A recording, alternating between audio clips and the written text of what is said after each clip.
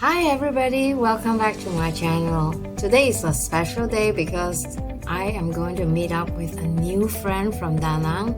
Her name is Mai. She has a YouTube channel called My Abundance Aesthetic Life. So for you who do not know who Mai is, she's actually a Canadian-born Hmong expat thriving in Vietnam. I recently met her on Facebook and I cannot wait for you all to meet her. A few years ago, she sold everything in Canada with her Canadian Vietnamese born husband, their two beautiful daughters, and moved to Danang. Her story is inspiring. So today I want you guys to meet up with her so you too can be inspired by her story. Grab a drink, get comfortable, and let's go meet her. Here is my new friend from Danang. Her name is Mai. And I got to know her through online and we are coming together because I am curious about her. So I'm gonna ask her some questions why Canadian wants to move or just plan to stay here for a while in Danang and just try it out, right? Mai, tell us about yourself. Okay, so like she said, my name is Mai. I am a Hmong Canadian. If you guys don't know Hmong, it's spelled Hmong. Not a lot of people know what we are. We're known as mountain people. However, my parents, they come from Laos and they came to Canada, and that's where I was born and raised. But my YouTube is about expat living, guides to expat living, about basically how we school our kids as an expat and how to make money being an expat also, like doing things online, which just something I'm very passionate about.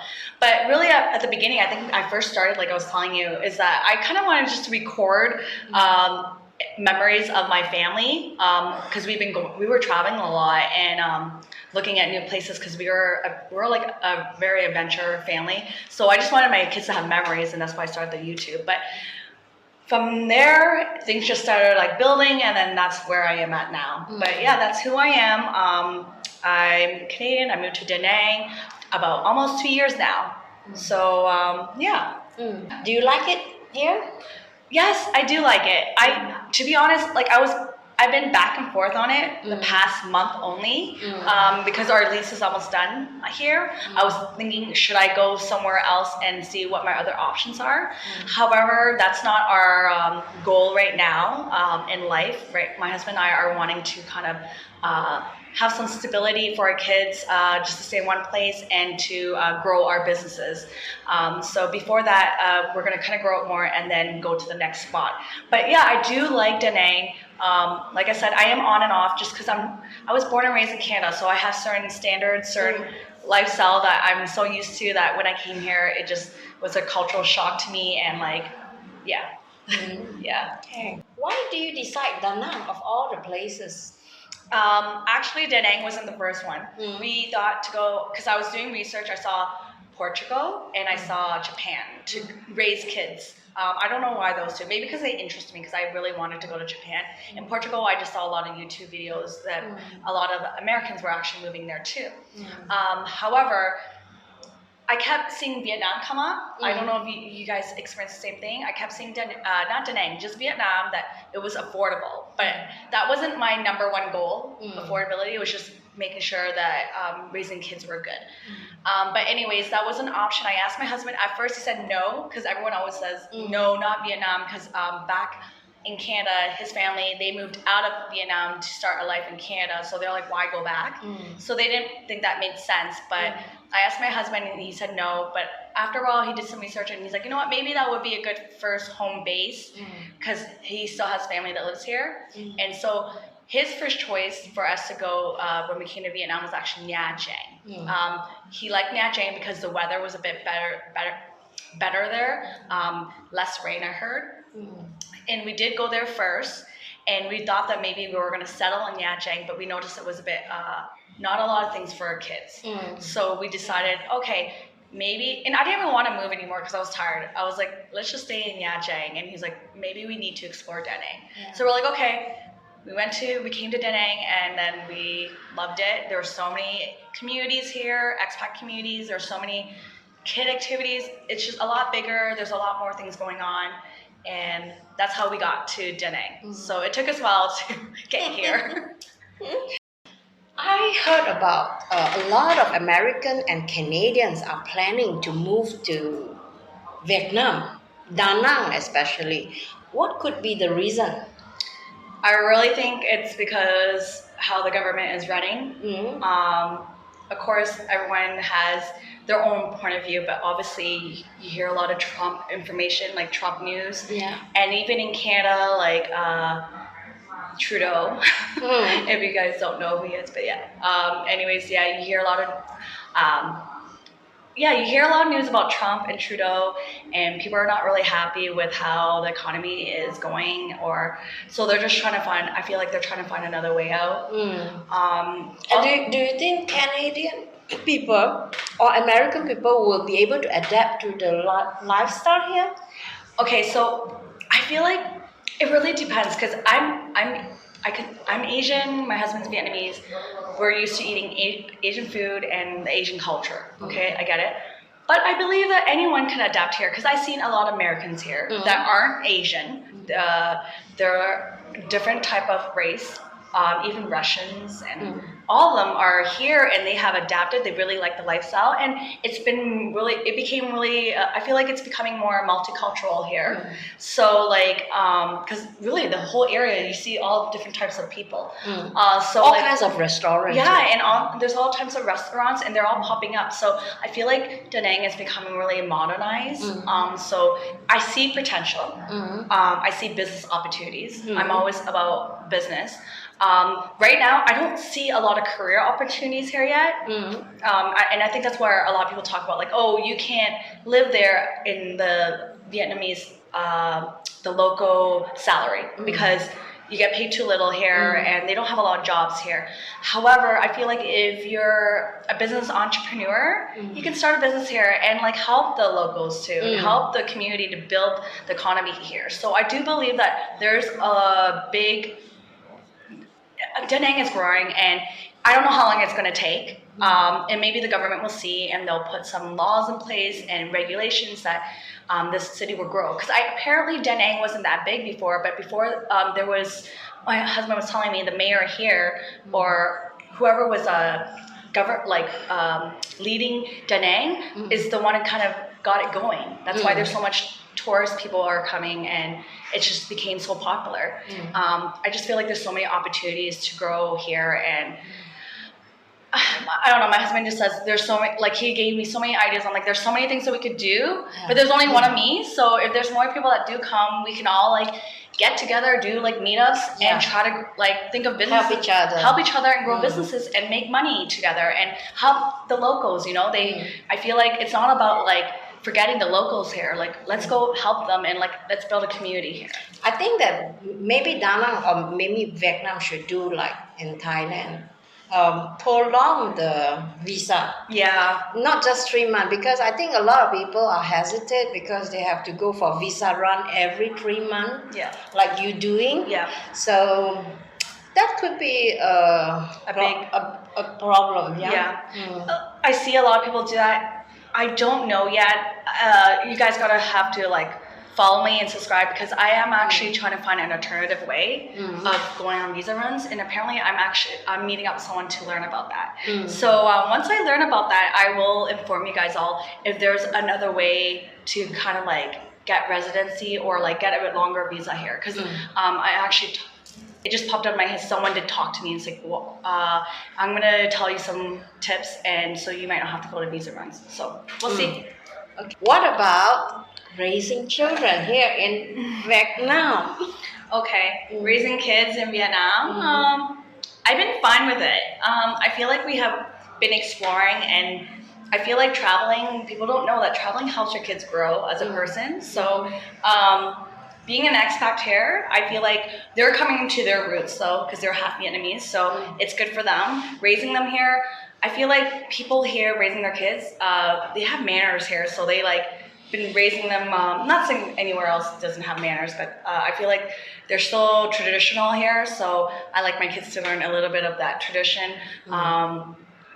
But yes, raising them here, we homeschool our kids, so we have found an expat community, and that's just key number one tip, guys. If you guys come to Danang or anywhere in Vietnam or anywhere you travel, find a community, because you will feel alone if you don't have a community. So once we found the community, we became like really super close with certain people here, and we became like family already. And I only known them for like less than a year now. I think even less. I think it was only 6 months, and they feel like they've been like family, and we knew them for so long. Wow. Yeah, because we actually, with our groups, we actually meet. I think one time we met 5 times a week. Wow. Yeah, because we kept wanting. I think everyone was craving to like hanging out with people and similar mindset. So, and there's times that we actually hung out from 10 a.m. to like 7 p.m. Wow. Yeah. So from the morning, we woke up, took them to a playground, and we all just hung out and talked till like night, and then said, "Okay, let's go eat dinner," and we're gonna go. And then so we were there. Yeah. So.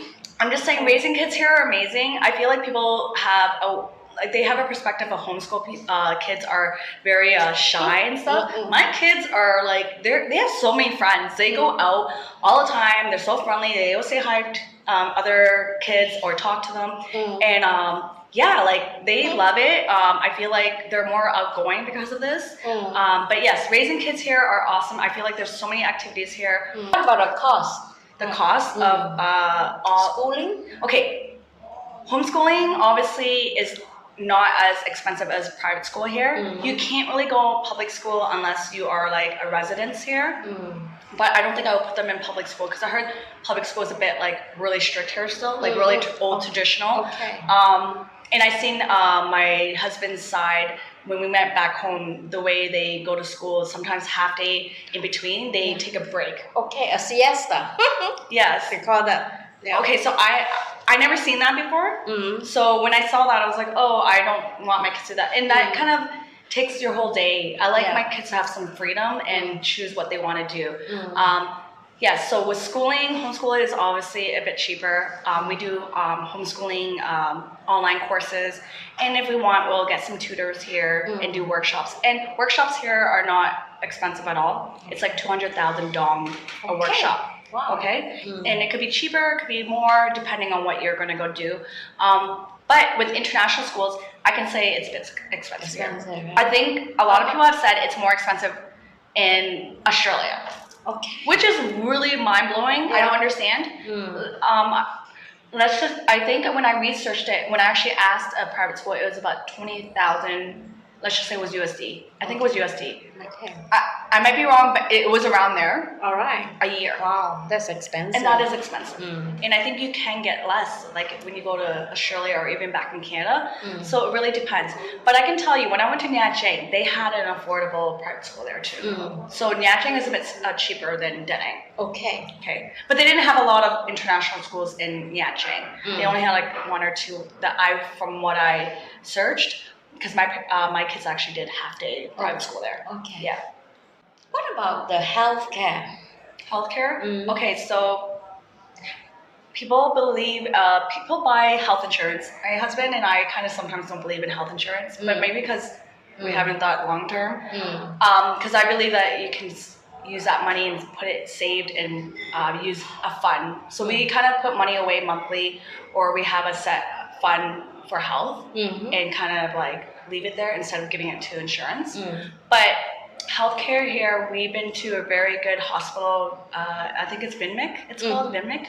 Yeah. They are my favorite hospital, my go-to hospital, that whenever we get sick, we go there. They did a great job. I believe that. Okay, so the other day we went to the emergency because the doctors are not open on weekends. Yeah. So you have to go to the emergency room to get checked if you want to go there, which cost us $3 million. It was a bit more expensive because I think it took long, because they charge you by hour by having an emergency bed. But most of the time, if it's a simple doctor's appointment, I believe it could be about $1 million or less. Cleaning teeth, I remember it was like 200K, 200 BND. if anything, we can put the conversion here. But yes, usually it's around that price. Yeah. But healthcare, I feel like, from what I know, it's not too much for the usual checkups. And obviously, if you do surgery, it gets expensive. Yeah, of course. But that's where you get the health insurance, or two, what we do, we put like money away as emergency for health. I heard the health insurance is not so expensive here. Yes, it was. It's very cheap. Yes, that's why we actually might have considered it. We haven't looked into it, but someone he's a local here, and he recommended me to getting insurance here for a hospital. I think you only pay. Oh my god, I can't remember the number, but I believe it was. Let's just say it was like $50 in Canadian. Wow. Or something. It was really low, and it paid like 80% every time you go to the doctors. So it was really, affordable. Yes. Compared to Canada? Well, Canada. Canada, like, we don't pay for health insurance unless it's dental insurance. Because if you guys don't know, Canada, they have free health care, they say, but we pay it through our taxes. When, let's just say, if it's health insurance for your teeth in Canada, you'd be paying about $100 to $200 a month. Okay. Wow. Okay, and that's a lot. Yeah, that is a lot. So, and that's only for teeth or something that you don't get covered by the government. Okay. Life insurance. Oh, life insurance. Life insurance. Okay, so I bought life insurance back in Canada, and it probably still works now because I bought it back in Canada. If you don't know, I believe in buy term and invest the difference. I don't buy a whole life. Here, I don't know. I haven't really looked into buying life insurance in Vietnam. But if you guys want to know, I can do my research and talk to some of the people around, and I'll put it in the description or something like that. But yes, I would suggest for anyone, if you're in Danang or not, buy some insurance for if you have kids, because if you have kids, you need to have that emergency money for your kids if you're gone, right? And of course, look at the traffic here. You know, it's crazy, right? The traffic. So I think it's not a bad idea to get a life insurance, you know, in case anything happened to you or your husband or your kids, at least you're covered. Yes. It's always important to buy life insurance if you have a family. Even when you're older, just enough to cover even like funeral costs, I would think so. From what we used to recommend, because I used to do life insurance. And you did too. Oh yeah, we have something in common. You found that. I was like, oh, I used to do life insurance. She's like, oh, me too. I'm like, oh my god. Okay. What kind of things surprise you here in Danang or in Vietnam? Surprises? What do you mean surprises? Like a culture shock. Okay, it wasn't a surprise, but I noticed that I was feeling uncomfortable when I didn't know the language. I was in shock that I was actually scared to go out. I didn't because I didn't feel comfortable talking to people. And when I'm usually comfortable being like, oh hi, how are you? But I was scared to even ask, like, go get a coffee or a tea. Oh, okay. Yeah, so it took me a while to. I'm usually independent, and in Canada I would drive out and do my own thing. In here, I felt like I kind of shut down for a little bit when I got here. And I guess I wasn't used to eating in little chairs and tables. I got that problem too. Even though I'm not that big, you know, I have problem getting up from that chair. It's so tiny, so low. I think it would be worse if there's like a big American people. That's why you don't see them in those places. It's not like it's bad. It's just I never ate like that. And like we usually have dining tables. And like when you go eat out, it just, you see a full kitchen, not just a stall sometimes too. So that's sort of, I'm very open to explore like street food, and me and my husband are open to that. More my husband, but that was kind of like a shock to me, like, oh, is that clean, or is that like, I'm a neat freak, so don't mind me if I say that. It's not, no offense to any of that, but like, yeah, I guess that's something that was a cultural shock. What else? The rat. What about the rat? Are you afraid of rat? Oh yeah. So I've seen a lot of rats and cockroaches. I was scared at first, but now I like see it a lot. That's just like, oh, but it looks dirty, but like you're not like, like this anymore. But at first, I'm like, oh my god, I see that. Yeah. And I remember going to Ho Chi Minh City, and I saw one running around, and my husband's niece was like, oh, that's normal. And I'm like, oh, she made me seem That's like a I fact. was weird. Like, she's like, oh, they're everywhere. I'm like, oh, okay. I'm like, but now, yeah, it's sort of normal, but not really. Like, I'm still like, if I see one in the house, oh my god, I have to clean everything out. I think people from New York, they probably will not take this. Oh yeah, They're used to it, Yes, right? So I think for us in Sweden, we don't see rat that often. Yeah. And for Singapore too, we don't have that experience. So for me, it's a shock. Mm. They're big. Yeah, they are really big. They're like cats. Yeah. Ew. The advice I would give people that want to move and become an expat, I would believe, is like be open-minded with the cultural shock. To do your research. Where do you want to live? What do you like? Like, you got to figure out what you want in life, because like what I didn't like about Canada, some people liked about Canada. Okay. So what I like here, you might not like here. So do your research, what kind of country you would like to live in. And then after that, when you figure out what you really like, then you search where it matches. And then when you find the match, figure out the visa requirements. I think that go there for a trip. You know, be there for, like, if you could... like, I know some people can't take 1 month off, but like if you could go there for 1 month and see if you like it or not, and it might change your perspective, and you might make it work, because that's what my husband and I did. We didn't think that we could live somewhere tropical, and when we made that first trip to Florida to live there for 2-3 months, we believed that we could live somewhere like that. Like, if you dive into that in the environment, you can believe that you can actually live there or not. So I book a trip, go there, see if you like it. If you like it, make a plan, figure out your finances. Like, that's why I like talking about this in my channel, like steps. You need steps to getting to where you want. You can just go, oh, I'm gonna get there. But if you get there and you have no plan, you might not know, like, oh, there's no work, and then you're gonna use all your savings, or I don't know. Like, you need to do your research, figure out what you're gonna do for work, get your visa requirements, and indulge into being there also to know if you even like it. If not, then try somewhere else. Exactly. Yeah. Wow, that was such a great chat. It's so inspiring to hear someone from Canada that moved to Danang. Such a big, bold move. If you enjoy the collaboration, make sure you check out Maya channel. I'm going to post the link in the video description below. She has some really amazing content you shouldn't miss. And of course, we would love to hear from you. If you have any questions, do drop us a comment below. I have a few playlists for you who are planning to move to Danang. What to do in Danang, travel tips, if you are retiring, what to do, how to get visa, and what to eat. So make sure you check that out too.